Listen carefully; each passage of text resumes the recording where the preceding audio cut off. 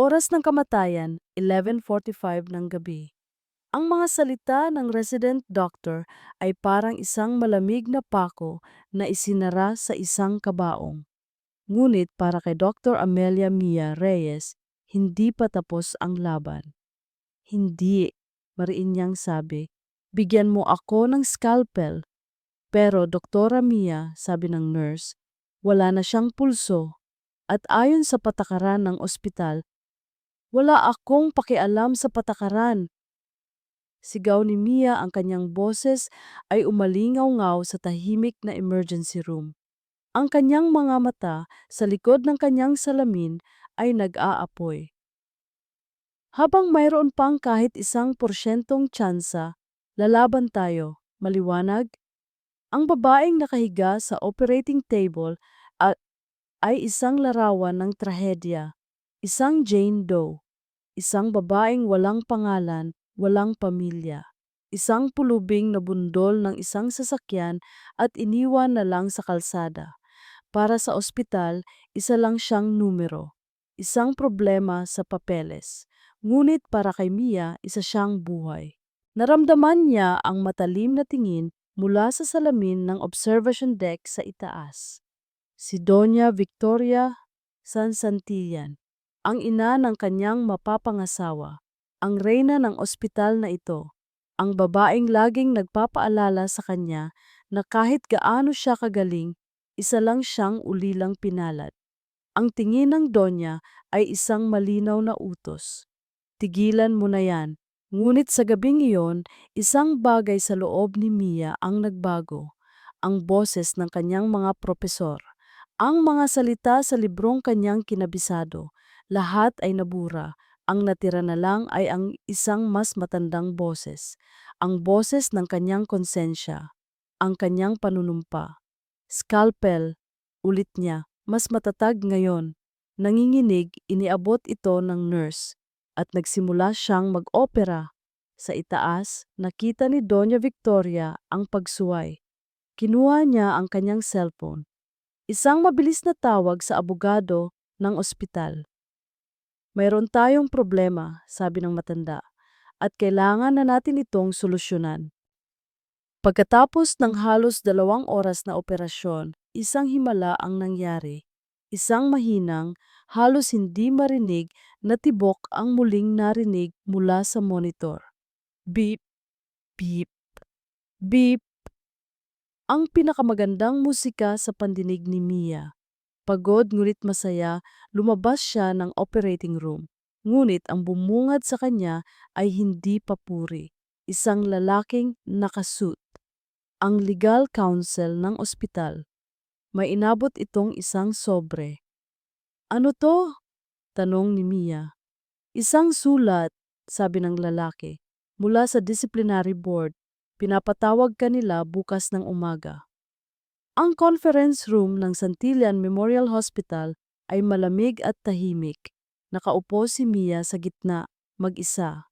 Sa harap niya, nakaupo ang mga miyembro ng disciplinary board, mga matatandang doktor na ang mga mukha ay kasing tigas ng marmol.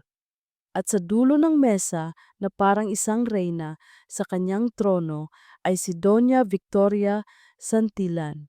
Pumasok si David, ang kanyang fiancé, ang kanyang dapat na magiging kakampi.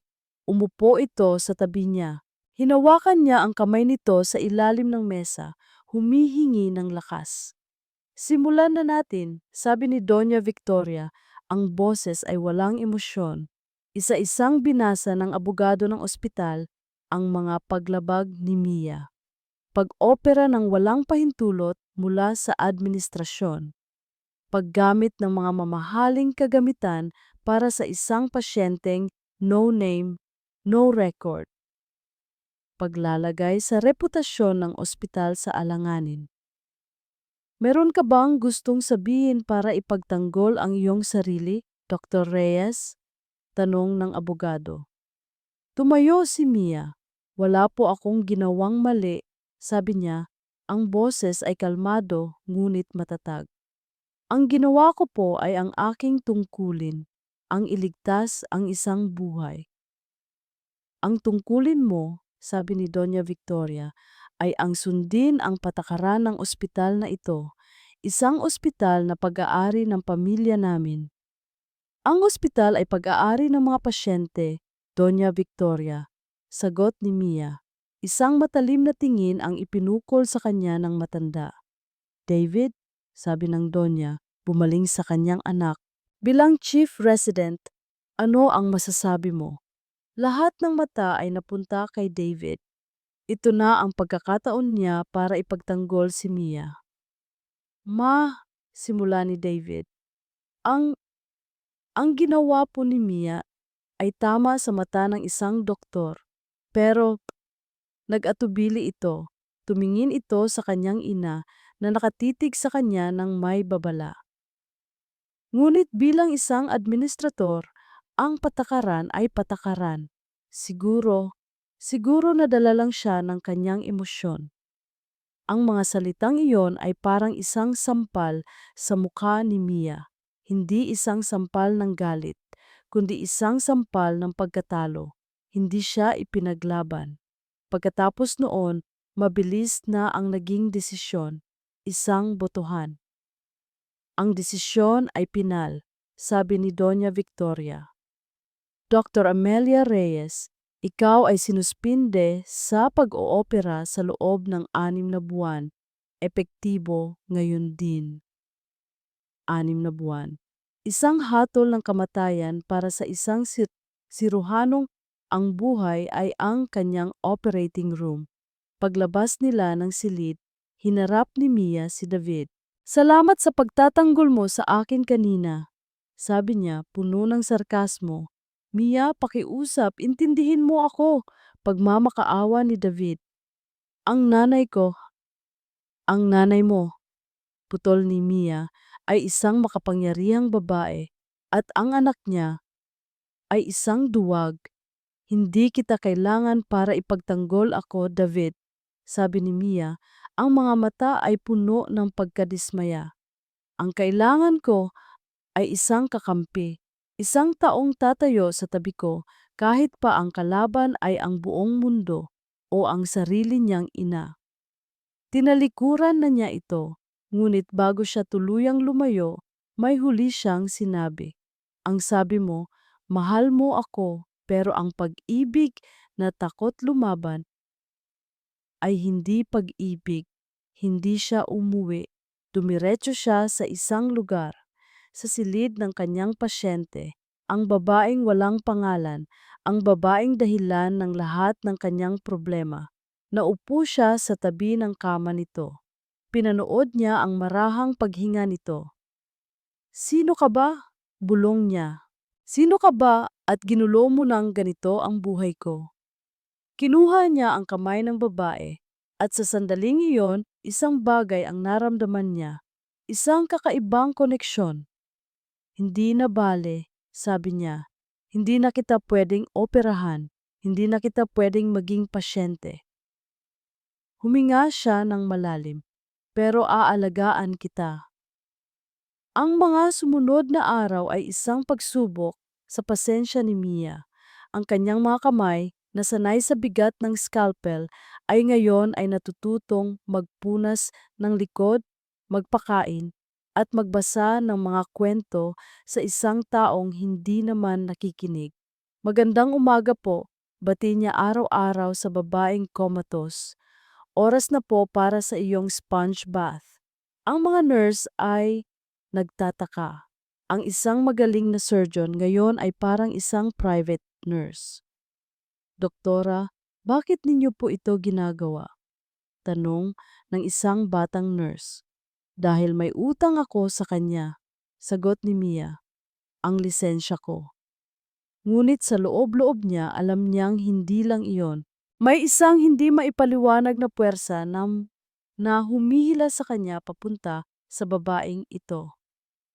Isang hapon, habang tinutulungan niya ang isang nurse na palitan ang damit ng pasyente, kailangan nilang igulong ito patagilid. At doon, sa likod ng babae, sa may bandang balikat, nakita niya ito. Isang balat, hindi isang ordinaryong nunal, Ito ay isang birthmark, isang kumpol ng maliliit na nunal na bumubuo ng isang perpektong hugis. Isang bituin. Napatigil sa paghinga si Mia. Ang kanyang mga kamay ay biglang nanlamig. Doktora, ayos lang po kayo? Hindi sumagot si Mia. Dahan-dahan marahan, tinalikuran niya ang pasyente at naglakad papunta sa banyo. Nanginginig ang buong katawan. Isinara niya ang pinto. Humarap siya sa salamin. Dahan-dahan ibinaba niya ang kwelyo ng kanyang damit, inilantad ang kanyang sariling likod. At doon sa parehong lugar, sa kanyang kaliwang balikat, naroon ito. Ang parehong kumpol ng mga nunal. Ang parehong perpektong hugis. Ang parehong bituin. Napahawak siya sa lababo. Ang kanyang paghinga ay mabilis. Ang kanyang isip ay isang magulong dagat. Flashback, isang batang Mia, mga 5 taong gulang, nasa ampunan. Saan po ako galing, sister? Isang umaga, natagpuan ka na lang namin sa labas ng pinto ng simbahan. Hihija, sagot ng madre. Walang pangalan, walang sulat. Tanging ang maliit na balat na hugis bituin sa iyong likod ang iyong pagkakakilanlan. Hindi pwede. Isang nagkataon lang. Isang malaking, hindi ka panipaniwalang nagkataon lang. Ngunit ang puso niya, ang dugo niya, ay sumisigaw ng ibang sagot. Dali-dali siyang lumabas ng banyo. Kailangan niyang makasiguro. Gabi na. Ang ospital ay tahimik na. Pumasok siyang muli sa silid ng kanyang pasyente. May dala siyang isang maliit na medical kit. Sa loob, isang hiringgilya at 2 maliit na vial. Patawarin mo ako, bulong niya sa natutulog na babae. Kailangan ko lang malaman. Maingat, kumuha siya ng isang maliit na sample ng dugo mula sa braso ng babae. Pagkatapos, sa isang iglap ng katapangan, kumuha rin siya ng dugo mula sa sarili niyang braso. Inilagay niya ang 2 vial sa kanyang bulsa at kinabukasan dinala niya ito sa isang kaibigan niya na nagtatrabaho sa isang pribadong DNA laboratory. Kailangan ko ng pabor, Marco, sabi niya. Isang pabor na off the record. Ano to, Mia? Paternity test? Hindi, sagot ni Mia. Maternity. Ang mga salita ni Mia, ang pag-ibig na takot lumaban, ay hindi pag-ibig. Ay parang isang multo na sumusunod kay David saan man siya magpunta. Sa umaga, sa ospital, nakikita niya ang pag-aalaga ni Mia sa estrangherang babae. Nakikita niya ang tapang nito at lalo niyang nararamdaman ang sarili niyang kaduwagan. Isang gabi, hindi na niya natiis ang katahimikan ng kanilang malaking bahay. Nagkulong siya sa lumang library ng kanyang ama, ang yumaong si Dr. Antonio Santillan. Ang lugar na ito ay ang santuwaryo ng kanyang ama, isang lugar na bihira niyang puntahan. Sinimulan niyang tingnan ang mga lumang gamit, mga libro, mga medical journal, at sa isang istante, sa likod ng isang hilera ng mga makakapal na libro, may nakita siyang isang bagay na hindi dapat naroon. Isang lumang photo album.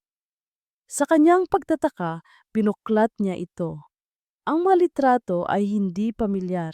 Mga litrato ng kanyang ama noong mas bata pa ito. Ngunit ang kasama nito ay hindi ang kanyang ina. Isang magandang babae na may isang ngiting napakalungkot at sa tabi nila isang lalaking hindi niya kilala. Sa huling pahina, may isang litratong kupas na ang kanyang ama, ang babae, at ang lalaki. Nakatayo sila sa harap ng isang gusali. Sa itaas ng gusali, isang pangalan. Del Rosario Medical Center. Kumunot ang noo ni David, hindi Santillan Memorial, Del Rosario. Ipinagpatuloy niya ang kanyang paghahanap. Sa ilalim ng isang drawer, nakita niya ang isang tumpok ng mga lumang dokumento, mga papeles ng pagpapatayo ng ospital. At doon, nakita niya ang katotohanan. Ang Santillan Memorial Hospital ay hindi pag-aari ng mga Santillan. Ang orihinal na nagpatayo at nagmamay-ari ay ang pamilya Del Rosario. Ang kanyang ama ay isa lang sa mga unang doktor na kanilang kinuha, isang taong pinagkatiwalaan nila ng husto. Sino ang mga Del Rosario at paano napunta sa kanila ang ospital? Kinausap niya ang kanyang ina. Ma, tanong niya, sino po ang mga Del Rosario? Nakita niya ang biglaang pagbabago sa mukha ni Doña Victoria, isang kislap ng takot na mabilis din nitong itinago. Matagal na yon anak, sabi nito. Mga dati lang kasosyo ng iyong ama. Huwag munang isipin yun. Ang pag-iwas ng kanyang ina ay mas lalo lang nagpatindi sa kanyang pagdududa. Nagpatuloy siya sa pag-iimbestiga. Ginamit niya ang kanyang access sa mga lumang files ng ospital at nahanap niya ito. Isang lumang artikulo mula sa isang dyaryo, nakatago sa isang digital archive. Ang petsa, 25 taon na ang nakalipas. Ang headline, Tragic Car Crash Kills Heir of Del Rosario Fortune. Binasa niya ang detalye. Si Mr. Ricardo Del Rosario, ang nag-iisang anak na lalaki ay namatay sa isang aksidente sa sasakyan. Ang kanyang asawa, si Elena Del Rosario, ay himalang nakaligtas, ngunit nagtamo ng matinding pinsala sa ulo at amnesia. Elena Del Rosario, ang babae sa litrato, ang babaeng walang pangalan sa ospital. At sa dulo ng artikulo, isang pangungusap ang nagpatigil sa paghinga ni David. Ang nag-iisang anak na babae ng mag-asawa, si Amelia, na noon ay 2 taong gulang pa lang, ay hindi pa rin natatagpuan. Amelia, Mia, ang kanyang Mia, 1 linggo. Ang 1 linggong paghihintay para sa resulta ng DNA test ay ang pinakamahabang linggo sa buong buhay ni Mia. Bawat araw ay isang laban sa pagitan ng pag-asa at ng takot. Pag-asa na baka sa wakas ay mayroon na siyang pamilya, isang ina, isang tunay na koneksyon. Takot na baka isa lang itong malaking kalokohan. Isang ilusyon na gawa-gawa lang ng kanyang isipang pagod na. Sa loob ng linggong iyon, mas lalo pa niyang inalagaan ang babaeng si Elena. Kinakausap niya ito kahit wala itong tugon. Kinukwentuhan niya ito tungkol sa kanyang mga pangarap, sa kanyang mga pasyente. Alam mo po, sabi niya isang hapon, gustong-gusto kong maging siruhano. Dahil sa operating room, ang lahat ay may solusyon, lahat ay kontrolado. Pero sa labas, bulong niya, ang gulo-gulo ng lahat. Dumating ang araw. Isang text message mula sa kaibigan niyang si Marco. Mia, nandito na. Hihintayin kita sa lab. Ang puso ni Mia ay kumabog ng napakabilis. Ito na. Pagdating niya sa laboratorio, iniabot sa kanya ni Marco ang isang selyadong brown envelope. Salamat, Marco, sabi ni Mia. Sigurado ka ba dyan, Mia? Tanong ng kaibigan. Anuman ang laman niyan, nandito lang ako. Hindi niya binuksan agad. Naglakad-lakad muna siya. Pumunta siya sa chapel ng ospital. Umupo siya sa harap. At doon, sa katahimikan, nanalangin siya. Pagkatapos, huminga siya ng malalim. At dahan-dahan, pinunit niya ang sobre. Inilabas niya ang isang papel. Ang mga salita at numero ay tila lumalangoy sa kanyang paningin. Ngunit ang kanyang mga mata ay napako sa isang bahagi sa pinakababa. Result, 99% probability of maternity. Conclusion, the alleged mother, Jane Doe, is the biological mother of Amelia Reyes. Ang hangin ay nawala sa kanyang mga baga Ang papel ay nabitiwan niya. Ang mga luha na matagal niyang pinigilan ay bumuhos na parang isang sirang dam. Ang kanyang ina. Buhay ang kanyang ina. Isang halo ng hindi maipaliwanag na saya at isang malalim na sakit ang bumalot sa kanya. Dali-dali siyang tumakbo pabalik sa silid ng ospital. Ngunit pagdating niya, isang eksena ang nagpatigil sa kanya. Ang kama ay walang laman. Nasaan siya? Sigaw niya sa isang nurse. Doktora, sabi ng nurse, ang pasyente ninyo, gising na po! Tumakbo si Mia papunta sa hardin ng ospital. At doon, nakita niya ito, ang kanyang ina, si Elena. Nakatayo, inaalalayan ng isang nurse, nakatingin sa mga bulaklak. Ma? Tawag ni Mia, ang boses ay nanginginig. Lumingon ang babae. Ang mga mata nito ay blanko pa rin, ngunit wala na ang takot. Isang malalim na pagkalito lang. Sa sino ka? Tanong nito. Lumapit si Mia. Niyakap niya ito ng mahigpit. Ako to, ma'am. Ang anak mo, si Mia. Ngunit ang kanyang ina ay hindi gumanti ng yakap. Nanatili lang itong nakatayo, isang magandang estatwang walang alaala. Sakto namang dumating si Doña Victoria. Elena, bati nito, may isang ngiting napakatamis. Buti naman at gising ka na. Tumingin ito kay Mia. At ikaw, Hija, mukhang kailangan mo nang bumitaw. Hindi ka na niya kailangan dahil nandito na ako para alagaan siya. Ang paggising ni Elena del Rosario ay hindi naging isang masayang pagbabalik. Ito ay naging isang bagong battlefield. Sa isang panig, si Mia na dala-dala ang katotohanan ng kanilang dugo. Sa kabilang panig, si Doña Victoria na dala-dala ang kapangyarihan ng nakaraan. At sa gitna, si Elena, isang kaluluwang walang alaala, isang blangkong papel na handang sulatan ng sinuman. Hayaan mo siyang magpahinga, Mia, laging sabi ni Doña Victoria. Masyado pa siyang mahina. Ang stress ay hindi makakabuti sa kanya. Ginamit ni Doña Victoria ang kanyang autoridad bilang matalik na kaibigan ng pamilya para kontrolin ang lahat. Siya ang nagpapasya kung sino ang pwedeng dumalaw. Siya ang nagdadala ng mga lumang photo album. Siya ang nagkukwento.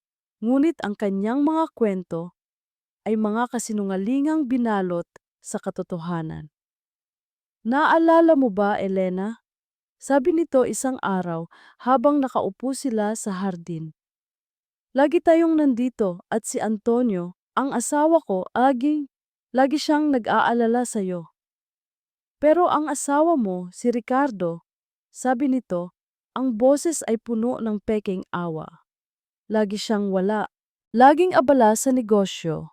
Iniwan kanyang mag-isa. Ang mga salita ay idinisenyo para magtanim ng isang partikular na alaala na ang mga santilyan ang kanyang kakampi. Samantala, si David at si Mia ay pinagsama na ang kanilang mga natuklasan. Kaya pala, sabi ni Mia, kaya pala ganoon na lang ang galit ng nanay mo sa akin. Dahil ako ang buhay na ebidensya ng kanyang kasalanan. Pero hindi pa natin alam ang lahat, sabi ni David. Bakit niya ginawa yon? Ano ang totoong nangyari sa aksidente? Nagpasya silang magtulungan. Si David ang hahanap ng mga sagot sa loob ng kanilang pamilya. Si Mia naman ang susubok na ibalik ang alaala ng kanyang ina.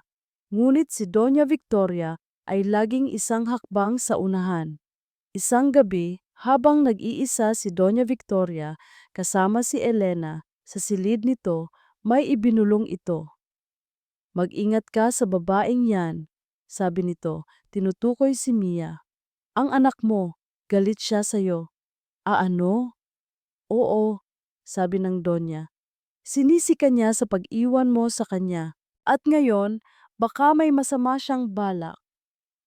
Ang lason ay gumana. Kinabukasan, nang subukang hawakan ni Mia ang kanyang ina, umiwas ito. "Huwag kang lalapit!" Sigaw ni Elena, ang mga mata ay puno ng takot.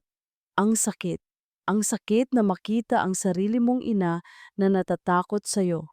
Nagsimulang magkaroon ng mga bangungot si Elena. Mga bangungot tungkol sa isang madilim na kalsada, sa isang malakas na pagbangga, at sa isang mukhang galit. "Sino ang nakikita mo sa panaginip mo, Ma?" tanong ni Mia. Ngunit hindi makasagot si Elena. Alam ni na Mia at David na habang si Elena ay nasa loob ng Santillan Memorial, nasa ilalim ito ng kapangyarihan ni Doña Victoria. "Kailangan natin siyang ilabas dito," sabi ni David. "Paano?" tanong ni Mia. "Hindi papayag ang nanay mo. Sasabihin niyang labag ito sa payo ng mga doktor." "Kung ganoon," sabi ni David, "ang mga mata ay may isang bagong determinasyon. Hindi tayo hihingi ng pahintulot. Itatakas natin siya."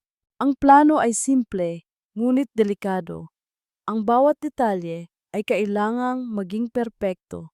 Ang kanilang kakampi, dalawang nurse na matagal nang hindi natutuwa sa pamamalakad ni Doña Victoria, at isang security guard na malaki ang utang na loob sa yumaong ama ni David. Ang oras, 2:00 ng madaling araw, kung kailan pinakamahina ang pagbabantay. Ang destinasyon, isang pribadong rest house ng pamilya ni Mia sa Batangas. Isang lugar na walang sinumang nakakaalam. Gabi ng pagtakas. Ang hangin sa ospital ay mabigat sa tensyon. Si Mia ay nakaupo sa tabi ng kanyang ina, pilit na pinapakalma ang sarili. Si David naman ay nasa labas, inaayos ang kanilang sasakyan, isang lumang van para hindi makatawag ng pansin. "Ma," bulong ni Mia kay Elena, "aalis na po tayo. Dadalhin kita sa isang lugar na ligtas." Tumingin si Elena sa kanya, ang mga mata ay puno pa rin ng takot at pagkalito. "Saan?" "Sa isang lugar kung saan walang anino," sagot ni Mia. Eksakto 2:00, nagsimula silang kumilos. Ang unang hakbang, ang pag-distract sa nurse on duty sa kanilang floor na kilalang tapat kay Doña Victoria. Ang kaibigan nilang nurse ay aksidenteng natapunan ng kape ang station, lumikha ng isang maliit na gulo. Habang abala ang lahat, si Mia at ang isa pang nurse ay mabilis na inilipat si Elena mula sa kanyang kama papunta sa isang wheelchair na may nakapatong na mga kumot para itago ang kanyang mukha. Dahan-dahan tinulak nila ang wheelchair palabas ng silid. Ang bawat pag-ikot ng gulong sa sahig na linoleum ay parang isang malakas na dagundong sa kanilang mga tenga. Pagdating sa elevator, naroon na ang kanilang kakamping security guard. "Ma'am, sir," sabi nito, "saan po ang tungo natin?" Isang pag-arte. "Ihahatid ko lang po si Lola sa chapel," sagot ng nurse. Ngunit pagbukas ng elevator, isang hindi inaasahang tao ang nasa loob. Ang head nurse ng buong ospital, isa sa mga pinagkakatiwalaan ni Doña Victoria. Nanlamig ang dugo ni Mia. "Anong ginagawa ninyo?" tanong ng head nurse. Ang mga mata ay matalim. "Dinadalaw po namin si Lord," mabilis na sagot ng nurse. Tinitigan sila ng head nurse. Isang segundong parang isang taon. Pagkatapos, tumango ito at lumabas. Nakahinga sila ng maluwag. Ang huling pagsubok, ang emergency exit sa likod. Pagdating nila doon, naghihintay na si David. Bukas na ang pinto ng van. Mabilis nilang isinakay si Elena. "Salamat," sabi ni Mia sa kanilang mga katulong. "Mag-ingat po kayo, doktora." Paalis na sana sila nang biglang may isang anino ang lumabas mula sa dilim. Ang head nurse, may hawak itong cellphone, nakatutok sa kanila. "Saan kayo pupunta, Dr. Reyes?" tanong nito. Ipapaalam ko lang ito kay Doña Victoria. Ngunit bago pa man niya mapindot ang send, isang kamay ang mabilis na kumuha sa kanyang telepono. Si David. Sa tingin ko, hindi, sabi niya. Binura ang mensahe at binali ang cellphone sa dalawa. Kung may sasabihin ka, kahit kanino, banta ni David, ang boses ay malamig. Sisiguraduhin kong hindi ka na muling makakatrabaho sa kahit saang ospital sa buong Pilipinas. At pumasok na siya sa van. Mabilis itong umalis, nawala sa dilim. Sa loob, sa katahimikan, naramdaman ni Mia ang isang bagong respeto para kay David. Ang lalaking akala niya ay duwag, ay mayroon palang tapang. Habang nasa biyahe, nakatulog si Elena at sa kanyang pagtulog, nagsalita ito. Isang salita. Victoria.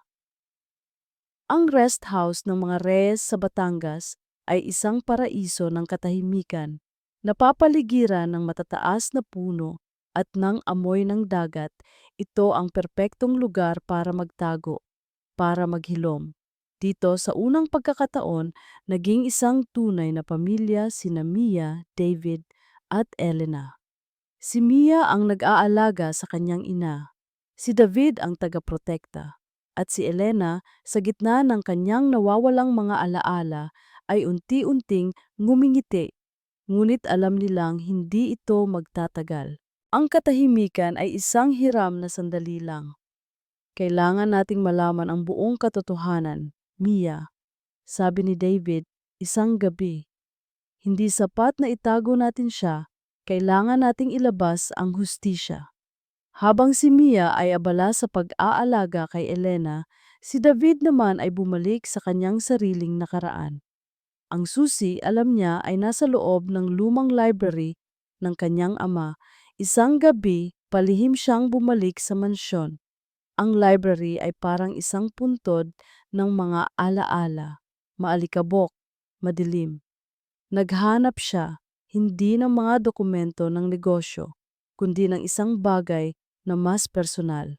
Sa isang estante, sa likod ng mga libro, nahanap niya ito, isang maliit na baul na gawa sa kahoy, ang baul ng kanyang ama. Binuksan niya ito. Sa loob naroon ang isang bagay na hindi niya inaasahan. Isang tumpok ng mga sulat mula sa kanyang ina, si Doña Victoria, ngunit hindi para sa kanyang ama, para sa isang ibang lalaki, isang pagtataksil. Sa ilalim ng mga sulat, isa pang bagay, isang journal. Ang journal ng kanyang ama. Nanginginig ang mga kamay, binuklat niya ito. Ang bawat pahina ay puno ng sakit ng isang lalaking niloloko. September 12. Nakita ko na naman sila, ang asawa ko at ang kaibigan niya, ang sakit. October 5. Sinubukan kong kausapin si Elena, ang asawa ni Ricardo, ang kaibigan ko. Sinabi ko sa kanya ang lahat. Naaawa ako sa kanya. Pareho lang kaming biktima. November 20. May plano si Victoria. Isang masamang plano. Narinig ko siya sa telepono tungkol sa Del Rosario Medical Center. Gusto niyang angkinin ang lahat at ang huling entry ang pinakamasakit sa lahat. December 15. Nalaman na ni Elena. Sasabihin na niya ang totoo sa lahat. Kailangan ko siyang pigilan. Hindi. Si Victoria. Kailangan niyang pigilan si Elena. May gagawin siyang masama. Kailangan kong pumunta doon. Ang petsa. Ang petsa ng aksidente. Ang kanyang ama. Alam niya. At papunta siya doon para pigilan ang kanyang asawa. Si Doña Victoria. Hindi lang pala siya isang mang-aagaw ng ospital. Isa siyang mamamatay tao. Nabitawan ni David ang journal. Ang katotohanan ay isang malaking, nakakawasak na alon na lumamon sa kanyang buong pagkatao. Ang kanyang ina, ang babaeng kanyang iginagalang, ay isang halimaw. Biglang sa ilalim ng lahat ng papeles, may isang bagay pang kumislap. Isang maliit na susi. Isang susi ng isang safety deposit box. Kinabukasan, dala-dala ang bigat ng katotohanan, pinuntahan ni David ang bangko. Ang susi, ito na ang huling pag-asa. Sa loob ng isang malamig na vault, binuksan niya ang safety deposit box. Sa loob, isang bagay lang, isang sobre, at sa loob ng sobre, isang kopya ng isang dokumento, isang testamento. Ang huling habilin ni Don Ricardo del Rosario. Binasa niya ito, at doon nakasulat ang lahat ng malinaw. Ang lahat ng aking ari-arian, kasama na ang Del Rosario Medical Center, ay ipinamamana ko sa aking nag-iisang asawa, si Elena del Rosario. At kung sakaling may mangyari sa kanya, ang lahat ay mapupunta sa aming nag-iisang anak. Napahinto sa pagbasa si David. Si Amelia del Rosario. Amelia. Mia, hindi lang pala sila mag-ina. Si Mia ang nag-iisang tagapagmana ng lahat. Biglang tumunog ang cellphone ni David. Isang tawag mula sa rest house sa Batangas. Ang nurse na nag-aalaga kay Elena. Sir David! Sigaw ng nurse, umiiyak. Tulungan ninyo kami! Nandito siya! Sino? Ang nanay ninyo, si Doña Victoria. May dala siyang mga lalaki. Kukunin nila si Ma'am Elena. Hindi na nag-isip si David. Tumakbo siya. Samantala sa rest house, ang paraiso ay naging isang impyerno. Tama na ang laro, Elena, sabi ni Doña Victoria, habang pilit na kinakaladkad ng kanyang mga tauhan ang takot na si Elena. Oras na para tapusin ang dapat na tinapos ko noon pa. Huwag! Sigaw ni Mia, sinusubukang lumaban, ngunit hawak din siya ng dalawang malalaking lalaki. At ikaw, Amelia, sabi ng Donya, lumingon kay Mia. Sayang magaling ka pa namang doktora, ngunit masyado kang maraming nalaman. Itinutok ng isang lalaki ang baril kay Elena. Sa sandaling iyon, isang bagay ang nangyari kay Elena. Ang takot, ang trauma, ang boses ni Victoria, ang lahat ay bumalik. Victoria, bulong niya. Nagulat ang Donya. Naaalala mo na? Oo, sabi ni Elena. Ang mga mata ay hindi natakot, kundi puno na ng galit. Naaalala ko ang lahat. Ang pagsabotahe mo sa aking sasakyan, ang pag-iwan mo sa akin sa bangin para mamatay. Kung ganoon, sabi ni Doña Victoria, mas mabuti para alam mo kung sino ang papatay sa iyo ngayon. Akmang sisinyasan na niya ang kanyang tauhan nang isang malakas na tunog ng sasakyan ang marinig. Si David. Bumangga ang kanyang kotse sa gate, sinira ito. Bumaba siya, walang takot, walang pag-aalinlangan. Itigil ninyo yan, ina, sabi niya. David anak, umalis ka dito, huwag kang makialam. Tapos na po ang kasinungalingan ninyo, sabi ni David, ipinakita ang hawak niyang journal ng kanyang ama. Alam ko na ang lahat. Nagsimula ang isang magulong away, si David laban sa mga tauhan ng kanyang ina. Habang nagkakagulo sila, nakawala si Mia. Tumakbo siya papunta sa kanyang ina.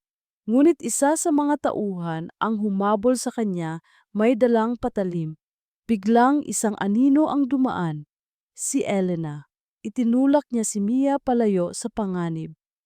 At ang patalim ay tumama sa kanyang tagiliran. Ina, sigaw ni Mia. Kasabay ng sigaw na iyon ang tunog ng mga sirena ng pulis. Ang mga pulis na tinawagan ni David bago pa man siya pumunta. Tapos na. Ang tunog ng sirena ay ang huling tunog na narinig ni Doña Victoria bago tuluyang gumuho ang kanyang mundo. Ang pagdating ng mga pulis ay mabilis. Ang pag-aresto sa kanya at sa kanyang mga tauhan ay walang gulo. Ang ebidensya, ang journal ng kanyang yumaong asawa, ang testamento ni Don Del Rosario, ang testimonya ng ngayong nagkamalay ng si Elena ay hindi matitibag. Sa ospital, isa na namang operasyon ang naganap. Ngunit sa pagkakataong ito, hindi si Mia ang humahawak ng scalpel. Nakaupo lang siya sa labas, nanginginig, nagdarasal, katabi si David. Magiging maayos din siya, paulit-ulit na sabi ni David. At naging maayos nga. Makalipas ang ilang linggo, nagsimula ang paglilitis.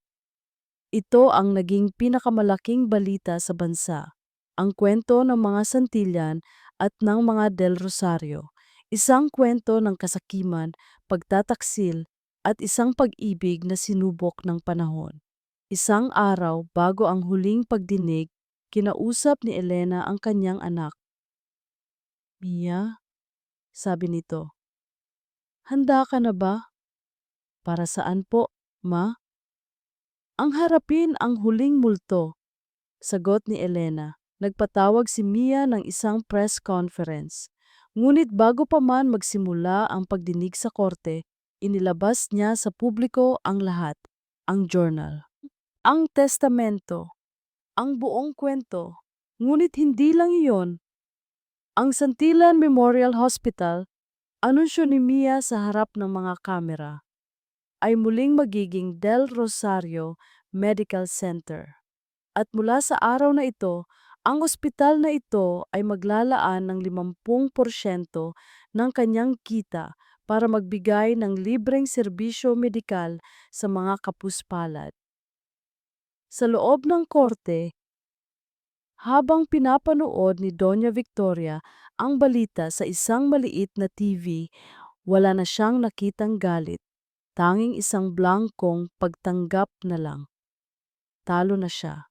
Nang araw ng paghatol, hinatulan siya ng habambuhay na pagkakakulong.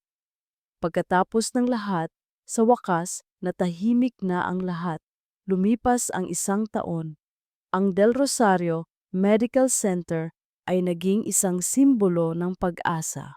Sa pamumuno ni Dr. Amelia Mia Reyes del Rosario at ng kanyang inang si Elena, na ngayon ay ang chairperson ng board, ang ospital ay naging isang tunay na santuwaryo para sa mga may sakit, mayaman man o mahirap. Si David naman ay gumawa ng isang mahirap na desisyon. Tinalikuran niya ang apelyidong Santillan. Ginamit niya ang apelyido ng kanyang ama bago ito ikasal. Sino ka ngayon? Tanong ni Mia. Ako si David Antonio, sagot niya. Isang simpleng doktor at ang lalaking nagmamahal sa'yo. Hindi na sila bumalik sa mansyon.